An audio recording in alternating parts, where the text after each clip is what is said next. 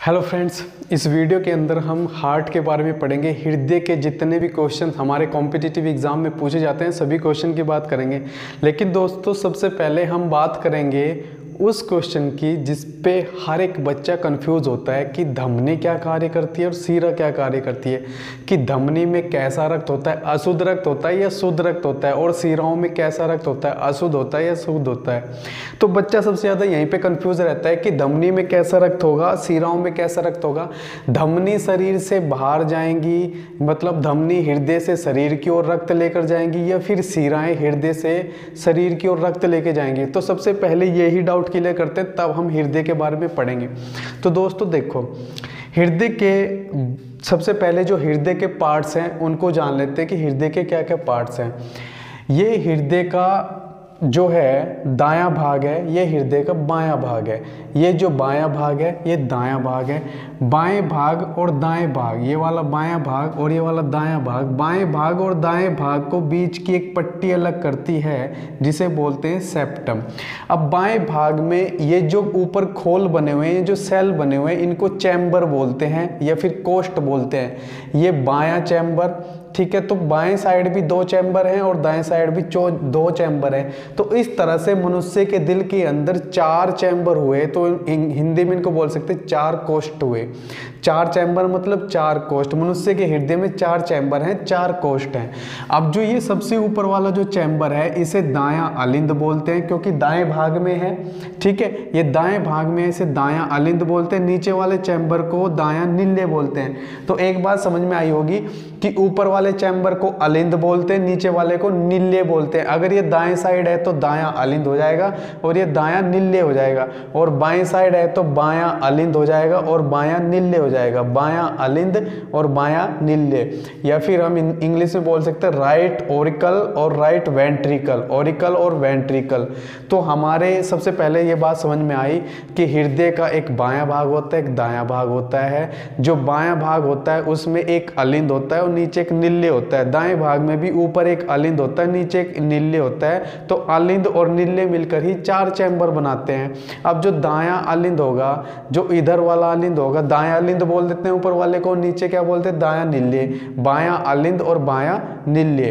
तो हम कहेंगे मनुष्य में 4 चैम्बर होते हैं। हृदय के अंदर कितने चैम्बर होते हैं भाई? 4 चैम्बर होते हैं, ठीक है, जिनको 4 कोष्ठक भी बोल देते हैं। और देखो, सभी जो चैम्बर हैं ये एक दूसरे से वाल्व से जुड़े हुए हैं। मैंने कहा कि 2 टंकी लगा दी, दोनों टंकी एक दूसरे से पाइप से जुड़ी होंगी, वॉल्व से जुड़ी होंगी, तो ये भी वाल्व से जुड़े हुए हैं। अब देखो, जो दायां अलिंद है दाएं निल्ले से जिस वाल्व से जुड़ा हुआ है उसे बोलते हैं ट्राइक्यूस्पिड वॉल, त्रिविलेनिक कपाट। त्रिविलेनिक कपाट, इसको देखो क्या बोला जाता है भाई, पूछ लिया जाता है कि दायां अलिंद दाएं निल्ले से कौन सी कपाट से जुड़ा होता है, तो हम कहेंगे त्रिविलेनिक कपाट। त्रिविलेनिक कपाट मतलब इसमें 3 दरवाजे होते हैं भाई, इस तरह के 3। देखो ये 1 2 3 दरवाजे हुए। कपाट मतलब दरवाजे, 3 दरवाजे जिसमें होते हैं उसको बोलते हैं त्रिविलेनिक कपाट।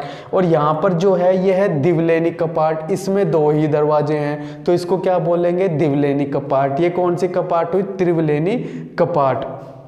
अब देखो, कपाट के बारे में समझ में आ गया, अलिंद पता लग गया, अलिंद किसे कहते हैं, निल्ले पता लग गया, निल्ले किसे कहते हैं, ठीक है भाई।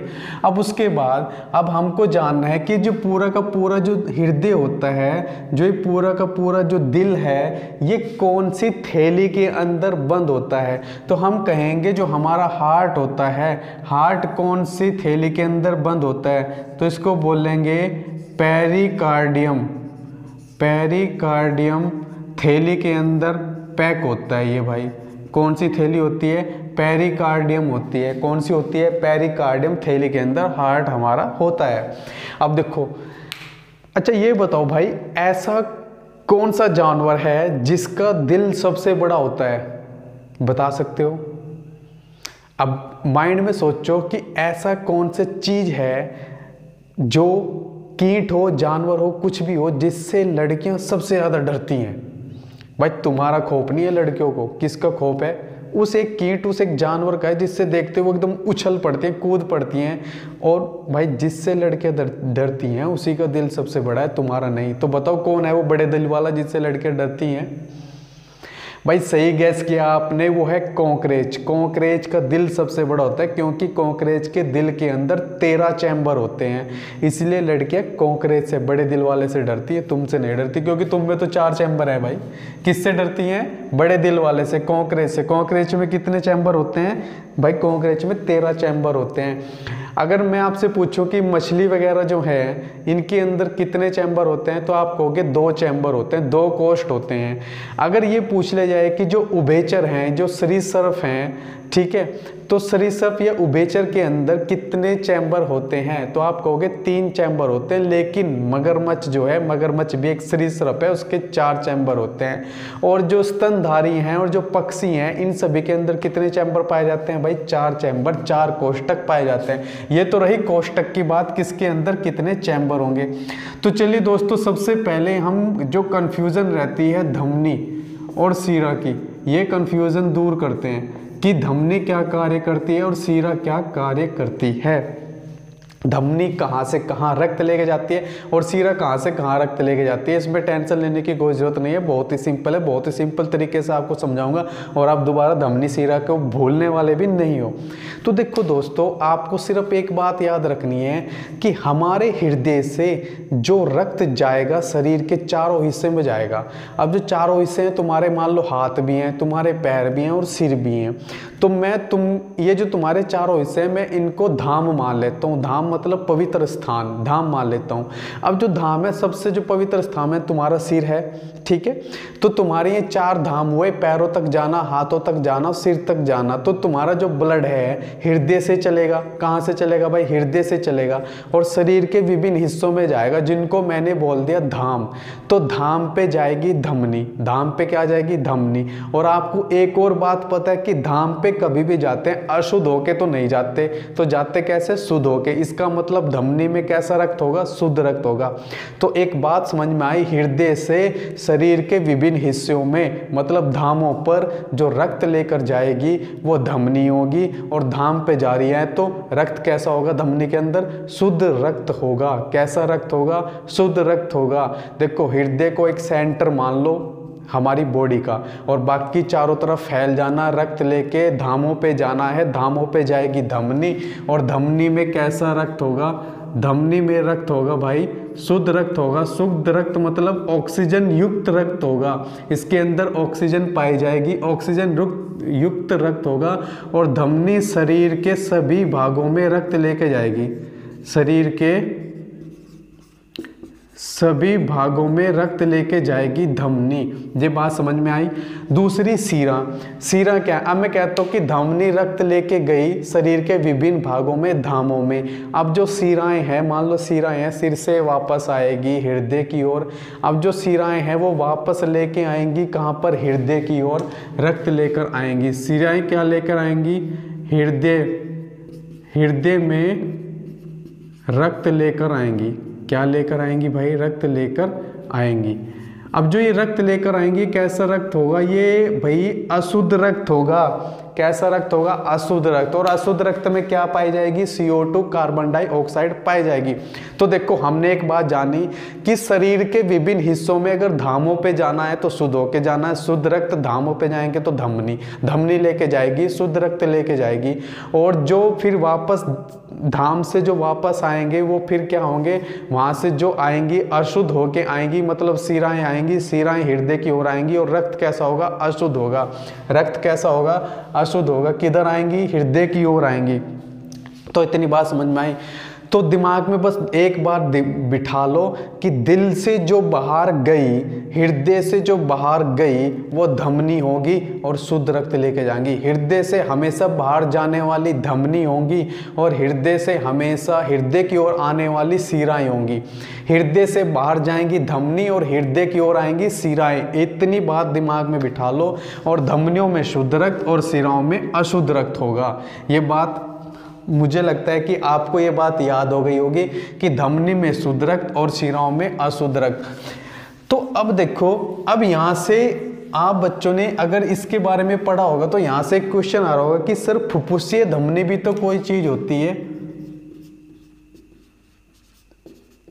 जैसे आपको लिखा भी मिलेगा यहाँ पे फुफ्फुसीय धमनी, या फिर फुफ्फुसीय शिरा। इसको थोड़ा इधर करके लिख लेते हैं, फुफ्फुसीय धमनी या फिर फुफ्फुसीय शिरा।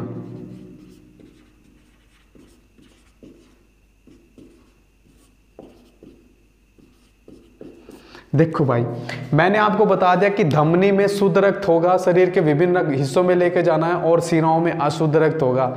लेकिन जब फुफ्फुस लग जाए ना, फुफ्फुस लग जाए, फुफ्फुस का मतलब फेफड़े होता है, फुसफुस भी बोल देते हैं, फुफ्फुस भी बोल देते हैं। तो फुफ्फुस का मतलब फेफड़ा, तुम्हें एकदम दिमाग में आना चाहिए फेफड़ा, ठीक है। तो फेफड़े से दिमाग में आना चाहिए। जब फुफ्फुस लग जाए, धमनी हो या शिरा हो, जब उनके साथ फुफ्फुस लग जाए तो उनके अंदर वाला रक्त भी उल्टा हो जाता है। जैसे धमनी में अगर शुद्ध रक्त होता है, अगर उसके साथ फुफ्फुस लगा दो तो अशुद्ध रक्त हो जाएगा। शिराओं में अगर अशुद्ध रक्त होता है, अगर उसके साथ फुफ्फुस लग जाए तो शुद्ध रक्त हो जाएगा। इसका मतलब धमनी या शिरा के साथ फुफ्फुस लगा देने से रक्त परिवर्तन हो जाता है। तो हमें क्या कहना है कि भाई जब फुफ्फुस धमनी हो तो रक्त कैसा होगा, अशुद्ध हो जाएगा, और जब फुफ्फुस शिरा हो तो रक्त कैसा होगा, शुद्ध हो जाएगा। ये बात नोट कर लेनी है भाई। ये इसके अपवाद है धमनी और शिरा के। अच्छा, अब यहां से दिमाग में फिर पूछोगे कि सर ये धमनी अब क्या करेगी, ये हृदय की ओर आएगी, बाहर की ओर जाएगी। एक बात ध्यान रखनी है माइंड में कि धमनी हमेशा बाहर जानी है, चाहे वो धमनी हो या फुफ्फुस धमनी हो, कोई भी धमनी हमेशा बाहर जाएंगी और शिराएं हमेशा हृदय की ओर आएंगी। धमनियों में शुद्ध रक्त होगा और शिराओं में अशुद्ध रक्त होगा। लेकिन अगर धमनी के साथ फुफ्फुस लग जाए तो अशुद्ध रक्त हो जाएगा, और शिरा के साथ फुफ्फुस लग जाए तो शुद्ध रक्त हो जाएगा। ठीक है, इतनी बात समझ में आ गई। अब देखो, जो शिराएं हैं, शिराएं रक्त लेकर आती हैं, शिराएं रक्त लेकर आते हैं शरीर के विभिन्न हिस्सों से बाएं भाग में या दाएं भाग में। दाएं भाग में आएगी भाई, तो कहां पर लेकर आएंगी, दाएं अलिंद में आएंगी। शिराएं अशुद्ध रक्त लेकर कहां पर आएंगी, दाएं अलिंद में लेकर आएंगी। और दाएं अलिंद में जब ये रक्त को लेकर आएंगी, फिर ये दाएं अलिंद से क्या होगा, ये वाली जो कपाट है, ये जो वॉल है, ये वॉल खुलेगी।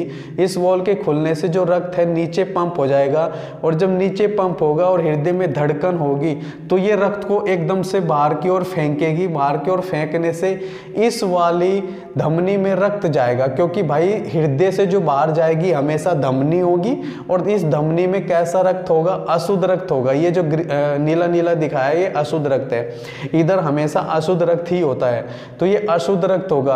अब ये जो अशुद्ध रक्त बाहर की ओर गया, ये शुद्ध होने के लिए गया, और शुद्ध होने के लिए कहाँ जाएगा भाई, फेफड़ों में जाएगा। जब ये फेफड़ों में लेके जाएगी तो ऊपर जाके दो हिस्सों में बढ़ जाती है। एक हिस्सा मतलब दो हिस्सों में बढ़ जाएगी, और ऊपर हमारे दो फेफड़े होते हैं, तो दोनों फेफड़ों में ये रक्त को पहुंचाती है। ये क्या करेगी, इधर वाला है दाएं फेफड़े में, और इधर वाला हिस्सा कहाँ जाएगा भाई, बाएं फेफड़े में। तो हम कहेंगे ये फेफड़े में जाएगी, इधर वाला दाएं फेफड़े में, और इधर वाला किधर जाएगा भाई, बाएं फेफड़े में। तो दोनों फेफड़ों में यहाँ से क्या चला जाएगा भाई, रक्त चला जाएगा। तो देखो, यहाँ से जो रक्त लेके गई दाएं नीले से, ये जो यहाँ पे धमनी गई, कहाँ पर गई, फेफड़े में गई। फेफड़े में गई तो इस धमनी के साथ लगा दिया हमने फुफ्फुस। अगर ये फेफड़े में जा रही है, इसके साथ क्या लगा दिया, फुफ्फुस। जब भी फेफड़े में जाए तो समझ में आ जाना चाहिए भाई फुफ्फुस लगा है, इसका मतलब ये फेफड़े में जा रही है। फेफड़े में गई, अशुद्ध रक्त लेके गई, ताकि वह अशुद्ध रक्त फेफड़े में जाके शुद्ध हो जाए। जैसे ये फेफड़े में पहुंची तो वहां पे जाके रक्त शुद्ध होगा, और जब रक्त शुद्ध होगा तो फिर हृदय की ओर रक्त लेके आएंगी शिराएं। आपको पता है हृदय की ओर कौन सी रक्त लेके आते हैं, शिराएं। और शिराओं में कौन सा रक्त होता है, आप कहोगे अशुद्ध रक्त होता है। लेकिन जब वो फेफड़ों से आ रही है तो उस शिरा के साथ लग जाएगा फुफ्फुसीय शिरा, और जब वह फुफ्फुसीय शिरा हो जाएगी उसमें रक्त, मैंने कहा था उल्टा हो जाएगा, तो मतलब रक्त हो जाएगा शुद्ध, और जब शुद्ध हो जाएगा तो वह दाएं भाग में लेके आएगी। तो आप देखेंगे कि फुफ्फुसीय शिरा में O2 युक्त मतलब ऑक्सीजन युक्त रक्त होता है, और ये कहाँ आती है भाई, बाएं अलिंद में आती है। और बाएं अलिंद से यह रक्त बाएं नीले में जाएगा वॉल के खुलने पर, और जब वॉल के खुलने पर यहाँ पे जाएगा और यहाँ पे पंपिंग होगी और रक्त एकदम से ऊपर फेंका जाएगा इस धमनी में। कहाँ पे फेंका जाएगा? इस धमनी में, और इस धमनी को बोलते हैं एरोटा या फिर महाधमनी। तो प्रश्न पूछा जाता है हमारे शरीर में सबसे बड़ी धमनी कौन सी होती है? तो भाई यही होते हैं वो एरोटा और महाधमनी से बोलते हैं, हमारे शरीर की सबसे बड़ी धमनी से बोला जाता है। ठीक है, तो इतनी बात हमारे क्लियर हो गई कि भाई धमनी क्या होती है, सीरा क्या होती है। इसको एक बार फिर मैं आपको बता देता हूँ कि जो दिल से बाहर जाएंगी वो होंगी धमनी, जो हृदय की ओर आएंगी वो होंगी सीराएं, जो बाहर गई वो चारों धामों पे गई, शुद्ध रक्त लेके जाएंगी, मतलब धमनियों में होगा शुद्ध रक्त, और जो हृदय की ओर आएंगी वो सीराएं होंगी, सीराओं में होगा अशुद्ध रक्त। अगर धमनी हृदय से बाहर देखो धमनी जाती है, अगर उसके साथ फुफ्फुस लग जाए तो वो फुफ्फुस धमनी हो जाएगी और रक्त भी उल्टा हो जाएगा, मतलब अशुद्ध रक्त हो जाएगा इसमें, और ये जाएगी फेफड़े के ओर। और जब शिराओं में के साथ फुफ्फुस लग जाए, इसका मतलब शिरा में हो जाएगा शुद्ध रक्त, और शिराएं हमेशा हृदय की ओर आती हैं, तो शिराएं किधर आएंगी? हमारे बाएं अलिंद में आएगी, और कहाँ से आएगी? फेफड़े से आएंगी। कैसा रक्त लेके आएंगी? शुद्ध रक्त लेके आएंगी। देखो फुफ्फुस से शिराएं कैसा रक्त लेके आई? शुद्ध रक्त लेके आई। बच्चे सबसे ज़्यादा यहीं पे कंफ्यूज होते हैं, और मुझे लगता है कि ये पॉइंट आपका क्लियर हो गया होगा। ठीक है, अब देखो इसमें आगे की ओर पढ़ते हैं कि भाई हमने धमनी का काम जान लिया, सीराओं का काम जान लिया, फुफ्फुसे धमनी हो गया, फुफ्फुसे सीरा हो गया। ठीक है, अब ये पूछा जाता है कि जब इंसान को हार्ट अटैक आता है तो कौन सी धमनी में रुकावट होती है? तो देखो भाई, इस हृदय को रक्त पहुंचाने वाली जो हमारा हार्ट होता है, हार्ट को जो रक्त पहुंचाती है, वह रक्त पहुंचाने वाली जो धमनी होती है, ये वाली धमनी भाई दिखाई है, इसके चारों ओर फैली होती है, इसको बोलते हैं कोरोनरी धमनी। आजकल तो लोगों को भाई कोरोना से मर रहे हैं, कोरोना बीमारी फैल रही है, और कईयों बेचारों को हार्ट अटैक हो जाता है, वहां भी कोरोना ही काम कर रहा है। देखो कोरोनरी धमनी, कोरोनरी धमनी हृदय के चारों ओर होती हैं, जो हृदय को रक्त पहुंचाती हैं, और अगर इन धमनियों के अंदर, कोरोनरी धमनियों के अंदर रुकावट पैदा हो जाए तो इंसान को हार्ट अटैक आता है। तो पूछ लिया जाए इंसान को हार्ट अटैक कौन सी धमनी में रुकावट की वजह से आता है? कोरोनरी धमनी की रुकावट से आता है।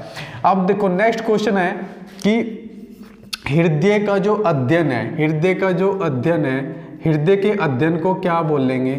हृदय का जो अध्ययन होगा, हृदय का अध्ययन या फिर हृदय से संबंधित बीमारों का अध्ययन किससे किया जाता है? तो ये किया जाता है कार्डियोलॉजी के कौन से भाग में किया जाता है भाई? कार्डियोलॉजी।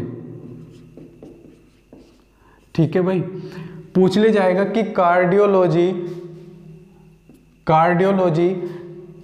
क्या है? कार्डियोलॉजी वह भाग है, या कह सकते हैं बायोलॉजी का वह पार्ट जिसके अंदर हम अध्ययन करते हैं किसमें? हृदय का, और हृदय से संबंधित बीमारियों का अध्ययन किससे किया जाता है भाई?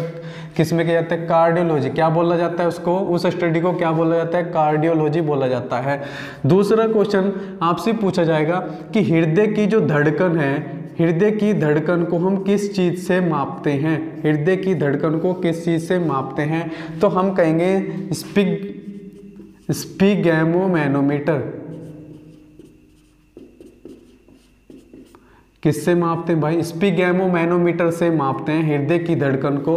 और जैसे कि आप मापते हैं, देखते हैं कि भाई 120 और 80 mmHg होता है। ठीक है, अब 120 और 80 ये क्या होता है कि भाई हृदय का अधिकतम रक्तचाप और न्यूनतम रक्तचाप बॉडी में कितना होना चाहिए? High blood pressure, low blood pressure, मतलब हाई कितना होना चाहिए और नॉर्मल कितना होना चाहिए, नीचे कितना होना चाहिए, वो देखते हैं। तो 120 जो होता है इसे बोलते हैं भाई सिस्टोलिक। क्या बोलते हैं? सिस्टोलिक। और 80 को बोलते हैं डायस्टोलिक। 80 को बोलते हैं डायस्टोलिक। तो निम्न को बोलते हैं डायस्टोलिक और हाई को बोलते हैं सिस्टोलिक। तीसरा क्वेश्चन आपसे पूछा जाएगा कि जो डॉक्टर होते हैं वो एक यहाँ पे आला सा लगाते हैं, स्टेथोस्कोप जिसे बोलते हैं, जिससे वो धड़कन को देखते हैं, धड़कन सुनते हैं। तो धड़कन को अगर सुनना है, धड़कन को सुनने के लिए किसका इस्तेमाल करते हैं? धड़कन को सुनने के लिए किसका इस्तेमाल करते हैं? स्टेथोस्कोप। स्टेथोस्कोप का इस्तेमाल करते हैं धड़कन को सुनने के लिए, स्टेथोस्कोप का इस्तेमाल करते हैं।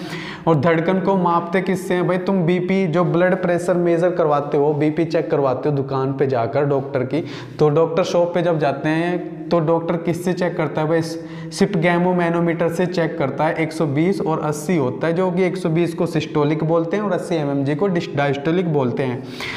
नेक्स्ट पूछा जाता है कि हृदय के अंदर जो हम टेस्ट करवाते हैं, हृदय से संबंधित बीमारी का जो टेस्ट होता है वो कौन सी मशीन से होता है? क्या बोलते हैं उसको बोलते हैं भाई ECG। क्या बोलते हैं? ECG, electrocardiogram.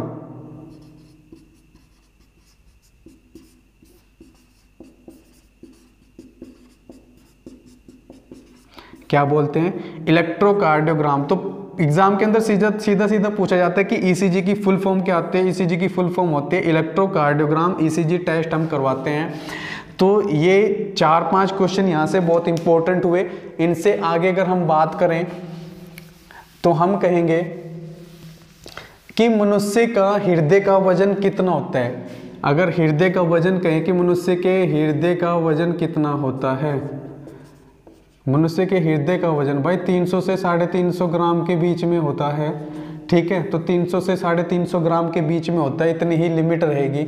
उसके बाद पूछ रहे कि मनुष्य का जो हृदय है 1 मिनट में कितनी बार धड़कता है? 1 मिनट में कितनी धड़कन होती है, कितनी बार धड़कता है? तो 1 मिनट में 72 बार धड़कता है। नॉर्मल मनुष्य का जो हृदय होगा 1 मिनट में 72 बार धड़कता है। और अगर यही भ्रूण अवस्था में पूछा जाए कि जब बच्चा पेट में हो, माता के गर्भ में हो, तो भ्रूण अवस्था में लगभग 150 बार धड़कता है। और अगर पूछा जाए कि नवजात बच्चा है या नवजात शिशु है कि बच्चे का जन्म हुआ है, तो उस समय कितनी बार धड़केगा? लगभग 120 बार धड़कता है। अगर व्यक्ति बूढ़ा है तो बूढ़े व्यक्ति का हृदय कितनी बार धड़केगा? लगभग 70 बार धड़कता है। यहीं से प्रश्न पूछ लिया जाता है कि मनुष्य का जो हृदय है एक धड़कन में कितना रक्त पंप करता है? एक धड़कन में कितना रक्त पंप करता है भाई? एक धड़कन में लगभग 70 ml, मतलब 70 मिलीलीटर 70 मिलीलीटर रक्त को पंप करता है एक धड़कन के अंदर। अगर पूछ ले जाए कि मनुष्य का हृदय 1 मिनट में कितना रक्त पंप करता है, 1 मिनट में कितना रक्त पंप करता है, तो आप कहोगे 1 मिनट में लगभग 5 लीटर रक्त पंप करता है। कितना रक्त पंप करता है भाई? 1 मिनट में लगभग 5 लीटर रक्त पंप करता है। तो इस क्वेश्चन को मैं इनको मिटा देता हूं और आगे बात करते हैं। अब पूछ ले जाए कि मनुष्य के हृदय की धड़कन को नियंत्रित कौन सी ग्रंथि नियंत्रित करती है? कौन सी ग्रंथि नियंत्रित करती है हृदय की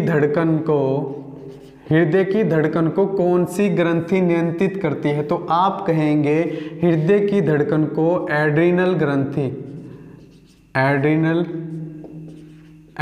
ग्रंथि या फिर बोल सकते हैं और अधिवर्क ग्रंथि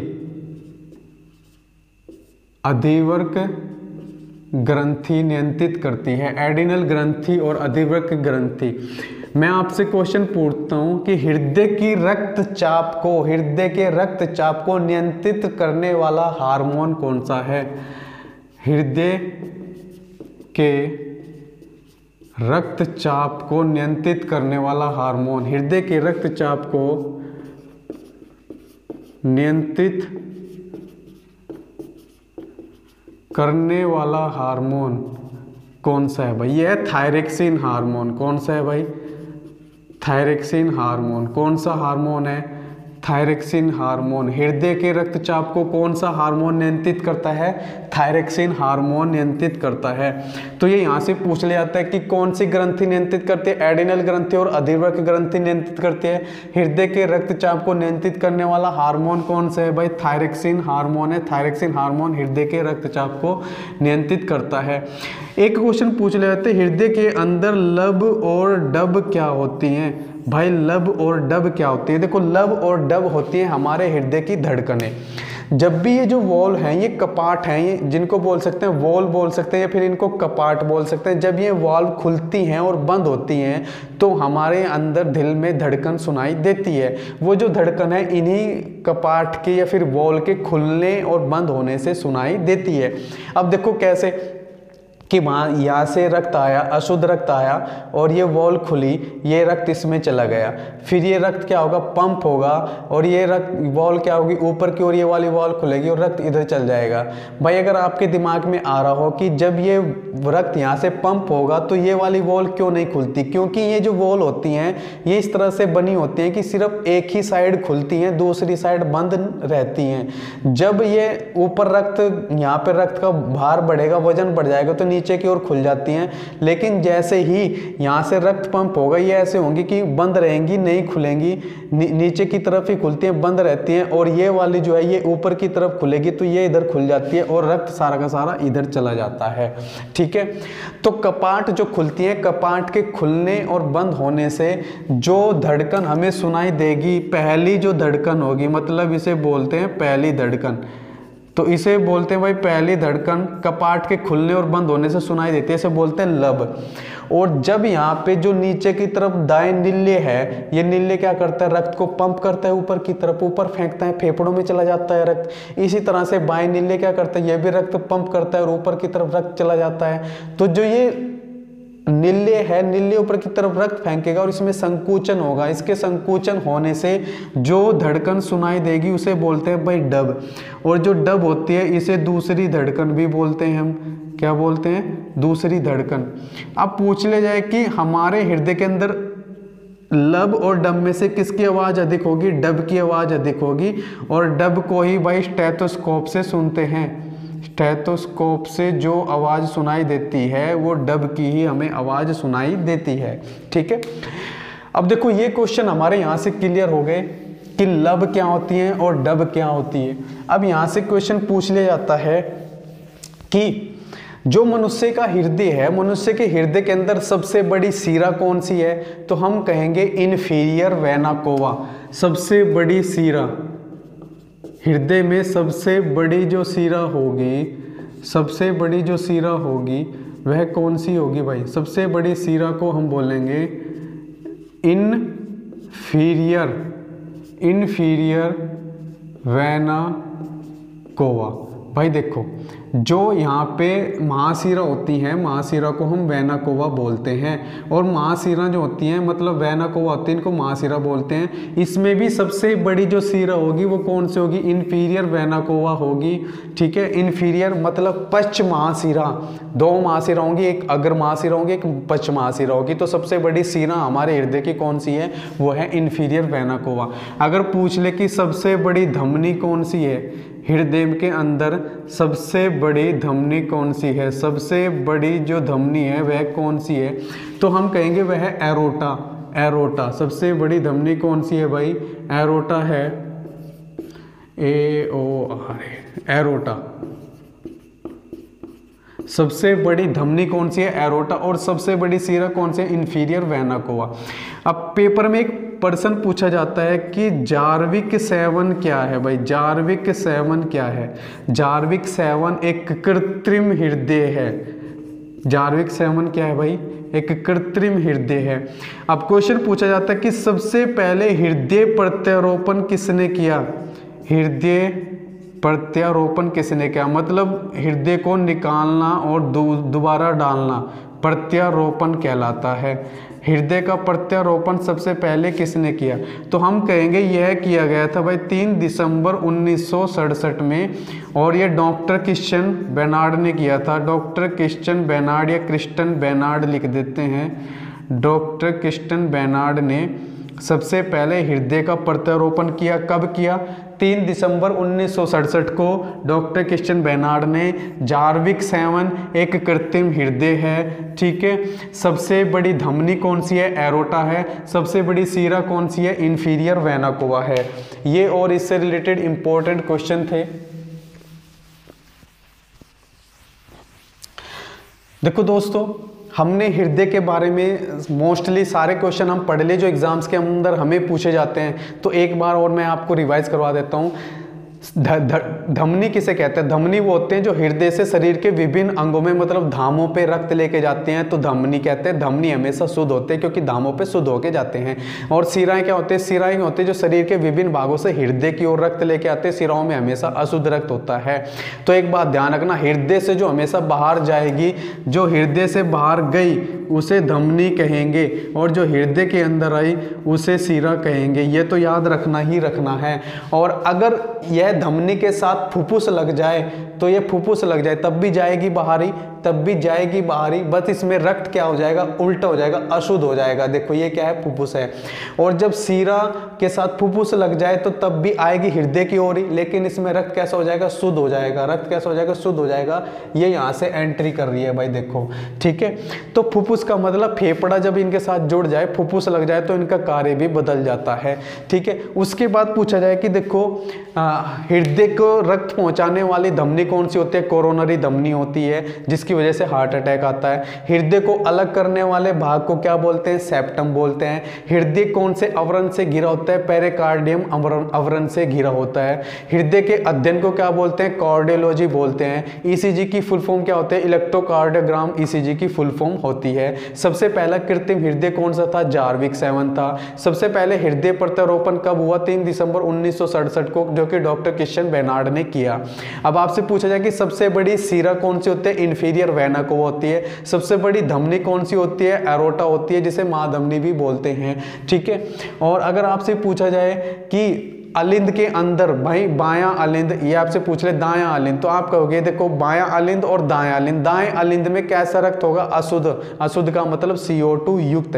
अगर पूछ ले जाए कि बाएं अलिंद में कैसा रक्त होगा? शुद्ध रक्त होगा। कैसा होगा? मतलब ऑक्सीजन युक्त रक्त होगा, ठीक है।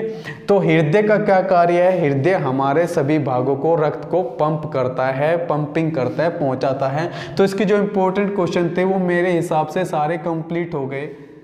So thank you very much.